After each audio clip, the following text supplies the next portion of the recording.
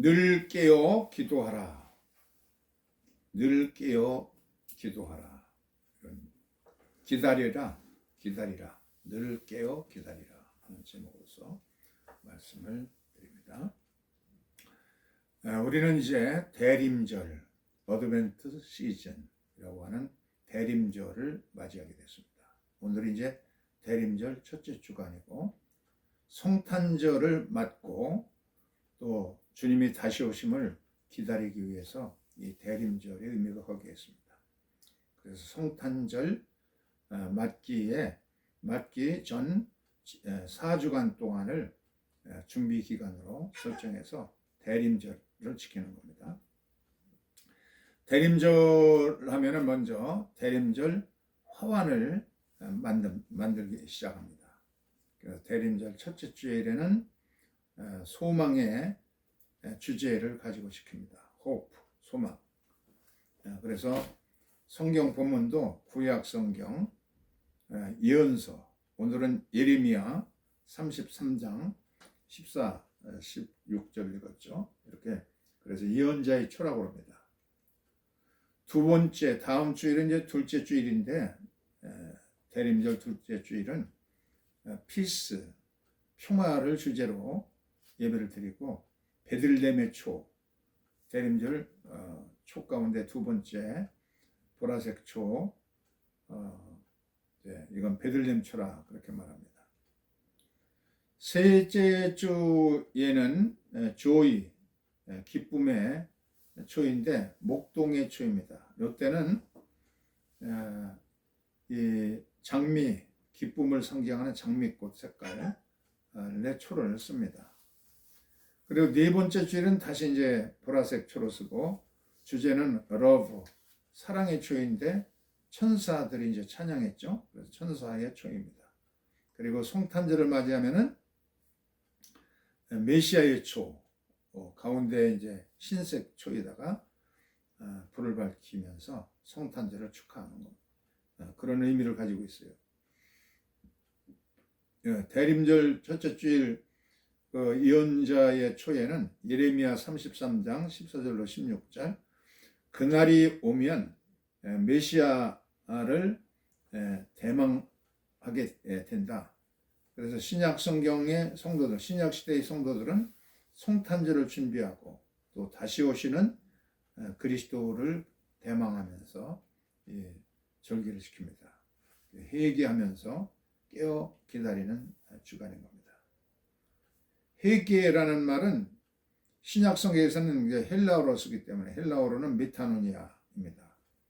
그래서 돌아서다, 리턴, 돌아서다 혹은 턴이라는 의미를 가지고 있고요. 그래서 삶의 태도, 방향을 전하는 겁니다. 들여보니까 내 욕심과 내 뜻대로만 살아왔다. 하나님께서 돌이키는 겁니다. 신년이 되면은 모든 것이 본래대로 이제 돌아가죠. 그래서 슈브, 히브리어는 그래서 이 회개라는 말이 슈브라는 동사에서 보았는데 돌이킨다, 주님께로 돌이킨다. 그동안 하나님 주신 유산 가운데 잡혔고 전당 잡혔던 거, 뭐 팔아먹었던 거 이런 것들을 다시 전부 본래 주인에게 돌아가서 공평하게 똑같이 평등평화한 세상이 되는 그 본래대로 이제 돌아간다 하는 의미의 슈브를 사용해서 메타노니아도 이제 그런 뜻을 가지고 있고 구약의 히브리어도 이제 그런 뜻을 가지고 있습니다. 오늘은 이제 첫 번째 보라색 초에다가 이렇게 촛불을 밝혔죠. 다음 주는 이제 오늘은 예언자, 선지자를 기억하면서 예언의 초, 소망을 가는 거죠. 다음 주일은 베들레헴의 초를 밝힙니다. 평화. 세 번째 초는 이제 이게 그러니까 핑크색으로 되도록 되어 있습니다. 그래서 기쁨의 초입니다. 천사들이 찬송하고 그랬던 기쁨의 초. 대림절 기간 동안에 계속 되면은 너무 이제 뭐라고 할까? 그 우울한 기분에 젖어 들으니까 기쁨의 초도 밝히면서 대림절 속에서도 기뻐하는 그런 주일입니다. 그리고 이제 네 번째 줄은 다시 보라색 초로 네 번째 밝히게 됩니다. 그래서 예언자의 초, 예언의 초, 베들레헴 초, 목동의 초, 그리고 천사의 초, 그리고 마지막 성탄절이 다가오면은 흰거에다가 불을 점화합니다. 그래서 이 대림절의 목적은 우리가 세상 보는 일에 이 태양을 말해요. 태양빛을 옛날에는 그냥 초등학교 교실에 온기도 없고 막 그럴 때 겨울에 쉬는 시간이 되면 전부 햇빛을 쬐기 위해서 양지 바른 곳에 가서 이렇게 서로 쭉 그 몸을 부딪히고 있어요. 그러면 기대고 있어요. 그러면 따뜻해집니다. 몸이. 그런데 그 당시에 이제 이렇게 까만 여기 햇빛이 있죠. 햇빛이 있고 까만 종이가 밑에 왼쪽 밑에 밑바닥에 있어요. 그럼 여기다가 요 확대경 돋보기로 초점을 모으면은 어떻게 돼요? 까만 종이가 이렇게 이제 불이 붙죠. 다다 뜨거워져 가지고는 불이 붙게 됩니다. 햇빛을 모으놓으면 이렇게 불도 붙이게 되는 것처럼 거꾸로 우리가 우리의 눈으로다가 예수를 바라지 못하고 세상을 바라봤어요. 그래서 이제 확대경을 가지고 예수에게 집중해서 보면은 더 은혜가 됐고 그동안 게을렀던 거 참회도 하고 그런 것이 이 대림절 기간의 참된 의미인 겁니다. 그래서 이제부터 이제 나사렛에서부터 출발해 가지고 갈릴리 나사렛에서 출발하고 마리아가 해산의 날이 점점 다가오기 때문에 호적지 자기가 출생한 그 가문의 출생지인 베들레헴으로 이제 가서 호적하기 위해서 요셉이 나귀의 고피를 잡고서 베들레헴을 향해서 여행을 하죠.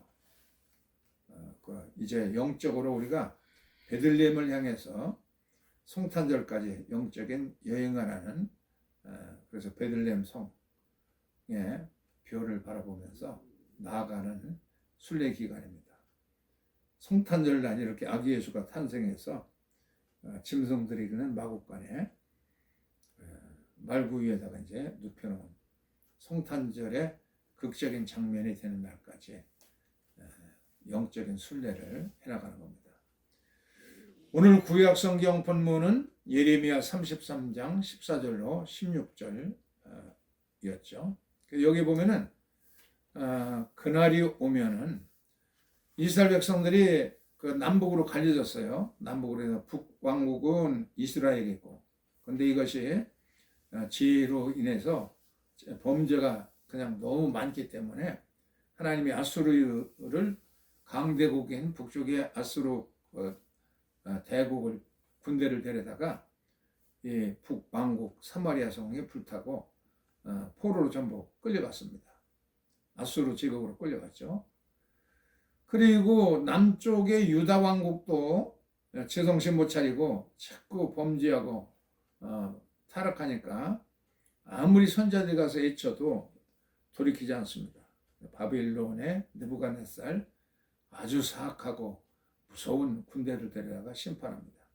예루살렘 성도 불타고 성전도 불타고 귀족들이든 왕이든 시드기야 왕도 두 눈이 뽑혀서 쇠고랑치하고 끌려가고 귀족들도 쇠고랑치하고 끌려가서 노예생활하는 70년 동안의 바벨론 포로 기간을 겪습니다. 그때에 예레미야 뭐라고 예언하냐면은 그게 속히 이제 들어올 거라고 그렇게 말하는 것은 가짜 예언자들이다.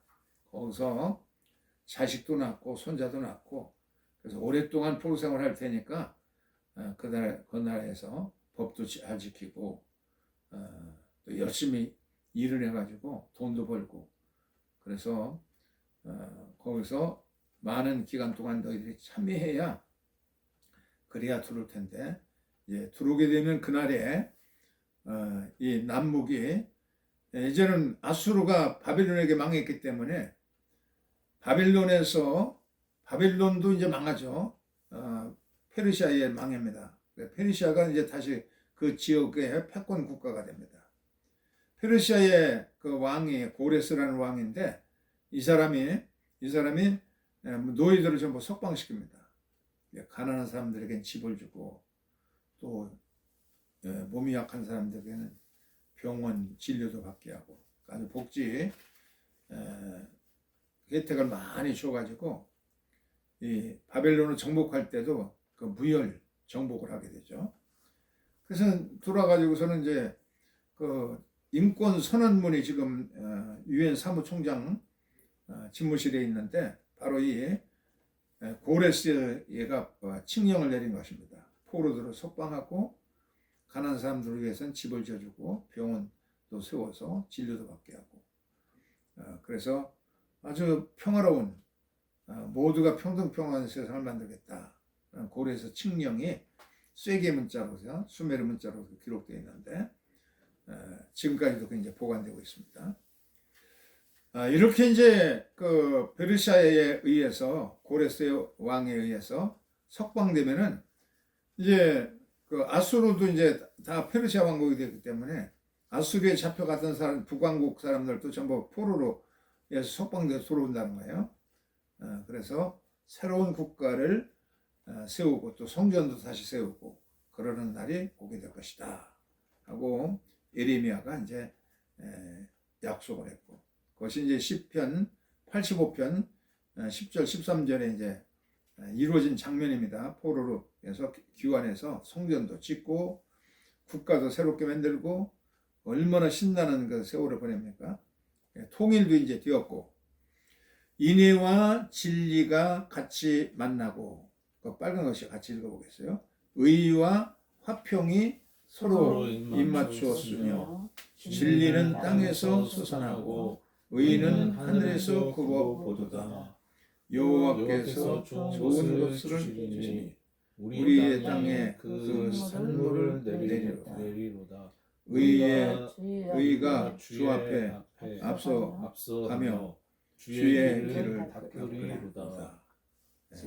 시편 85편 10절로 13절.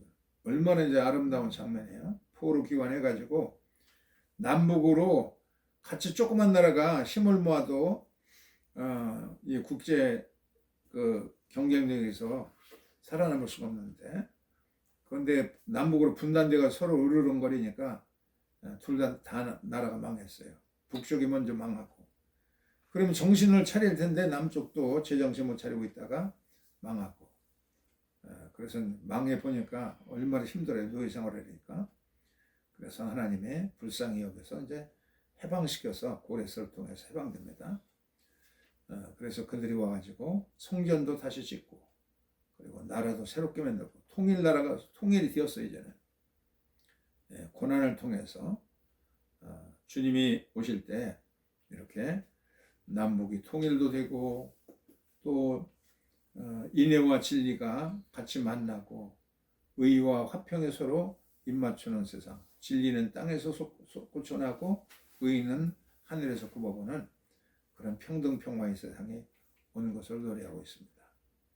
이렇게 그때에 그날이 오면 다윗의 뿌리에서 한 의로운 싹이 의로운 왕이 나와서 세상을 바르게 통치하게 될 것이다.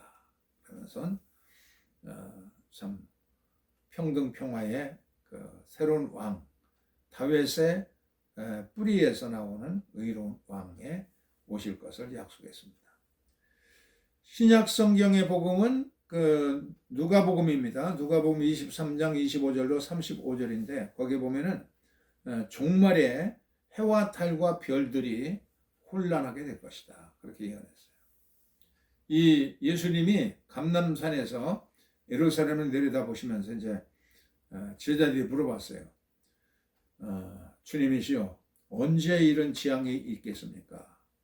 그러니까 이제 이 군대 애국의 군대가 예루살렘 성을 2중 3중으로 포위하게 될 것이고 성전도 불타고 성도 다 무너지고 만다. 그러면서 예루살렘 성전의 파멸을 예언하고 곧 이어서 인류의 종말에 대한 우주적인 종말에 대한 예언도 예수께서 하십니다. 누가복음 23장 25절 35절에 보면은 해와 달과 별들, 해도 큰 충격을 입는다는 겁니다. 태양의 그 흑점 있잖아요. 흑점만 그냥 발달해가지고 막 어두침침해지면 지구에 큰 재앙이 임합니다. 그래서 피부암이 생기고, 뭐 흉년이 생기고, 뭐 별의별 허리케인 같은 거 생기고, 재앙들이 생깁니다. 별들도 떨어지고, 이런 우주적인 재앙이 오는 인류의 제3차 대전 같은 그 대격변이 있어가지고서는 그때에 이제 종말 때에 예언을 합니다. 그때에 인자가 흰 구름을 타고서 오시는 것을 너희가 볼 것이다. 그러니 방심치 말고 잘못을 회개하고 하나님께 돌이키라 겁니다. 하나님께 돌아서서 그것은 주님을 잘 대면해야 된다. 하나님께 들어왔어도 그냥 눈을 내려가리고 주님의 은혜와 말씀을 듣지 않는다고 의미가 없는 돌아섰으면은 하나님께 돌아섰으면 대림절 동안에 느슨하던 것을 회개하고 하나님께 돌아섰다. 하나님과 대면해서 하나님 말씀도 듣고 은혜의 빛도 받고 그래서 하나님의 얼굴에서 비춰지는 은혜의 빛을 받아야 우리가 확신을 가지고 세상으로 돌아가서도 흔들리지 않고 견고하게 남에게도 감동을 주면서 세상을 변화시키는 그런 삶을 살 수 있다고 예수께서 말씀하셨어요. 회개라는 말이 메타노니아 헬라어로는 그렇죠. 그 메타라는 말과 누스라고 하는 두 단어가 합쳐져서 된 겁니다. 누스라는 건 정신, 생각 그런 뜻으로 마음을 간다 그런 뜻을 가지고 있어요. 우리의 마음을 바꿔버린다. 죄를 그냥 입으로만 고백하는 그런 것이 아니라 우리의 마음판을 내 멋대로 행하던 그런 마음판을 갖다가 하나님 중심으로 바꿔버린다 하는 그런 의미를 가지고 있어요. 메타노니아가 그렇고 또 히브리어로도 이제 슈브인데 슈브라는 것이 돌이킨다라는 거예요. 리턴이라는 뜻입니다. 하나님께로 다시 돌아간다. 우리가 하나님께로부터 났으니 하나님께로 돌아간다. 마치 탕자가 자기 생각에 유산을 받아가지고 도회지 가서 돈 벌으면 큰 성공을 금방 할 줄 알고 그렇게 유산 가지고 왔다가 IMF가 터지니까 돼지 먹이도 구할 수가 없는 그런 처참한 그냥 거지보다 불쌍한 순서가 됐죠. 그래서 아버지께로 돌아와서 얘기합니다. 그게 슈보입니다. 다시 본래대로 들어온다. 아버지를 떠났던 탕자가 다시 들어오는 거. 이게 슈보인데 히브리어로. 미토아노니아 헬라어도 이제 같은 의미를 가지고 있다는 겁니다. 그날이 오면은 주님께서 이 세상에 대격변이 일어나고 태양이 막 그냥 시커매지고 빛을 잃고 달도 빛을 잃고 별들이 그냥 흔들리고 떨어지고 그러는 대재앙의 날이 온다고 하면은 다시 주님이 오심을 고대하라 그렇게 말했어요. 세상에는 재앙이지만 우리에게는 우리의 주님을 만나는 그런 날이 오셔서 이스라엘 백성들이 그렇게 교만하는 사람들도 바빌론에 가서 그냥 노예 생활을 하면서 고생해 보니까 그때서야 제정신이 나가지고 바벨론 강가에서 주저앉아서 울면서 시온을 향해서 우리가 울었다. By the river of 바벨론 하는 그런 노래처럼 좀 울고 회개하니까 다시 포로 해방되게 되고 본국으로 돌아가서 성전도 다시 짓고 남북이 이제 통일되어 가지고 새로운 나라를 건설하게 된 것처럼 주님은 이런 그 새로운 질서를 회복하고 평화의 왕국, 정의와 진리가 입맞추고 평화가 입맞추는 그런 세상을 만들기 위해서 주께서 오신다는 겁니다. 예수의 정신을 섬기는 리더십을 가지고 만약에 다스린다고 그러면 이 세상에 정말 아주 모두가 잘 먹고 잘 사는 질서 있는 세상이 될 것 아니겠어요?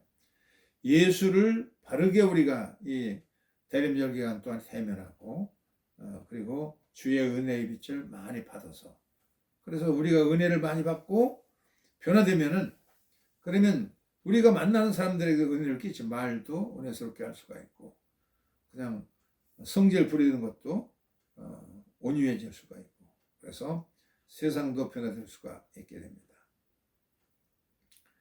고물에서 목회할 때 이제 학생회 중고등부 학생회를 데리고 저 대관령 계곡으로 순회를 갔어요. 지방에서. 근데 가는 날 깊은 산속으로 막 이제 들어갔어요. 버스 타고 대관령까지는 잘 갔는데 거기서 이제 뭐 그냥 계곡을 따라서 이제 가니까 거기서 이제 거기가 이제 캠프장이라고 해요. 그래서 갔는데 이제 계곡에 맑은 물이 흐르가고 그냥 비가 목수같이 쏟아지니까 그냥 우선 저녁을 지어 먹어야 되는 저녁 질 나무들이 없는 거야. 산속에 가면은 나무가 있을 줄 알았더니 그냥 물에 젖어가지고 불을 붙일 수가 없는 겁니다. 그래서 밥은 먹어야 되고 저녁 예배도 드려야 되고 그러는데 야단났어요. 이 첩조산골에서 그냥 비를 맞으면서 이 캠퍼를 가면은 제일 극적인 것이 학생들은 기다리는 게 이제 마지막 캠프 파이어 하는 겁니다. 캠프 파이어를 하기 위해서 교회에서 어떤 교회에서 이런 남양교회에서 이 마른 장적들을 잘 뽀개 가지고 또 석유통도 한 통 가지고 이럴 것 같더라고요. 그래서 먹는 게 우선 시급하니까 불을 피우는 데 쓰자. 그래가지고서는 불을 피우게 됩니다. 그래서 불씨를 이렇게 일으키고 그러니까 밑불이 뜨거워지니까 거기 이제 장접도 또 넣고 활활 타오르니까 이제 막 이 생나무를 넣어도 지지직거리면서 금방 그냥 불이 붙어가지고 타고 그렇게 됩니다. 톨스토이의 대자라고 하는 소설이 있어요. 굉장히 영적인 소설인데 거기에 보면은 이 대자가 이제 이 정교회 러시아 정교회 쪽에서는 세례 받으려면은 꼭 대자 대부 대무가 있어야 돼요. 그래야 이제 세례를 줄 수가 있습니다. 그러니까 세례가 그렇게 굉장히 중요하게 해가지고 얘가 이제 13살 되면은 성인식을 입교식을 할 때 꼭 자기의 대부를 세례받을 때 대부를 맡아주고 대무를 맡아준 분을 찾아가서 인사를 하는데 그 찾아가는 길에 이제 당하는 어려움들이 있었는데 한 데를 갔더니 농부들이 불을 이제 피워가지고 그 메뚜기를 잡았는지 이렇게 불을 피우려고 그러는데 이게 도대체 불이 이제 잘 붙질 않는 겁니다. 그래서 이 대자가 와서 알려줍니다. 농부님 여러분들 이 불을 붙이려고는 먼저 밑불을 좀 세게 해야 됩니다. 그러니까 마른 장정을 더 귀에다가 그래서 밑불을 우선 뜨겁게 해놔야 그 다음에 푸성기 푸릇푸릇한 것들 물에 물 묻은 것들도 잘 탈 수 있게 되는 겁니다. 농부들이 마른 장작을 갖다가 이렇게 불을 세게 뜨겁게 한 다음에 그 다음에 생나무 가지를 넣고 생나무 장작을 넣어도 이제 불이 잘 붙는 그런 원리를 대자라는 소설 가운데 보면 그렇게 되는데 그때 수련회 가서 중고등부 수련회 가서 그걸 철저히 깨우쳤어요. 밑불을 뜨겁게 하니까 그 다음부터는 젖은 장작도 불이 타고 생나무를 갖다 놔도 타고 밥을 내서 먹고 거기서 참 여러 가지 고생을 많이 하니까 참석했던 학생들도 크게 감동을 많이 받고 그랬던 것 같아요.